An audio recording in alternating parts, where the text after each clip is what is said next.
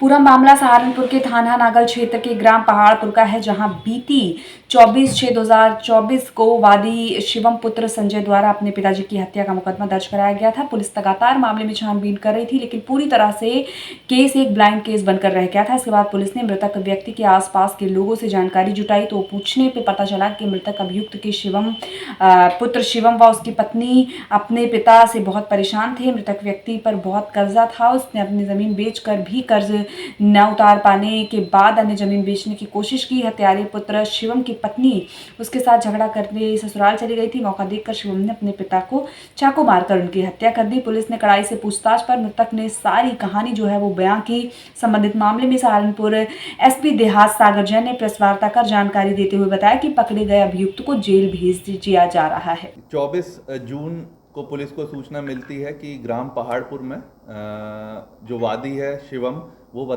बताता है पुलिस को कि उसके पिता की किसी ने चाकू मारकर गले पर वार कर हत्या कर दी है किसी अज्ञात व्यक्ति ने।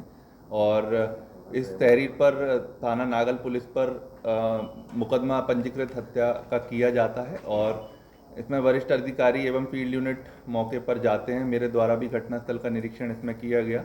इसमें यह पता गया कि 23/24 की रात्रि में ये घटना हुई थी, जब वह ट्यूबवेल पे अपने खेत में जाके सो रहे थे। इसमें हमारी 3 टीम्स थाने की लगी हुई थी, साथ ही एक सर्विलांस और स्वाट टीम भी लगी हुई थी। इसमें गांव में गोपनीय रूप से इस दौरान हमने जानकारी करी, इनकी किस किस से दुश्मनी थी, इनके क्या क्या विवाद चल रहे थे, ये सारी चीज़ें हमने करी। तो धीरे धीरे यह पुलिस को पता चला कि जो घर विवाद था वो इनके घर के अंदर ही था। पिता पुत्र का अक्सर झगड़ा हुआ करता था पैसे के लेन देन को लेकर।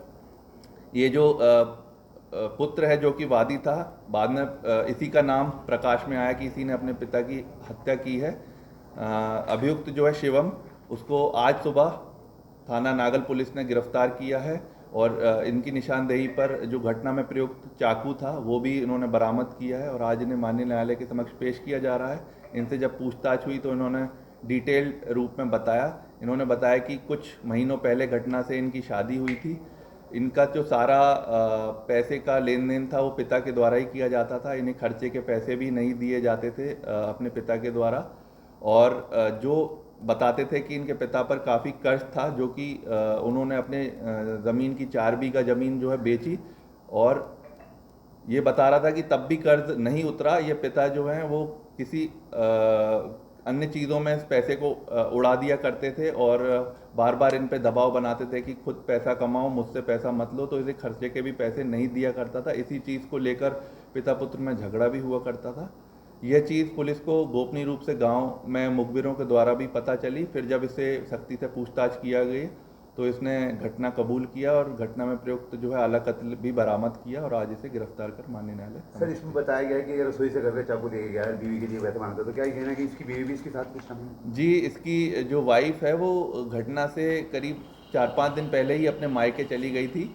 उनकी मायके जाने का कारण भी यही था कि जो विवाद होते थे घर में पैसे के लेन देन के लिए, बीवी भी खर्च का जो पैसा मांगती थी वो उसे नहीं मिल पाता था। तो यह इससे झगड़ा करके जो है अपने मायके चली गई थी।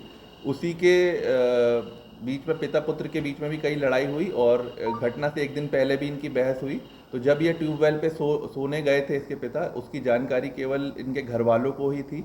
और मौका देखकर ये रसोई से अपना जो है चाकू लेकर छत दीवार की, जो इसका कमरा ऊपर है, तो ऊपर से दीवार कूदकर ये घटना पर मौके पर पहुंचता है और ये घटना करके दीवार चढ़कर अपने कमरे में जाकर सो जाता है। तो घटना के बाद जो है पिता जो है गंभीर रूप से जब घायल हो जाता है तो वो अपनी मोटरसाइकिल चलाकर खुद घर जाता है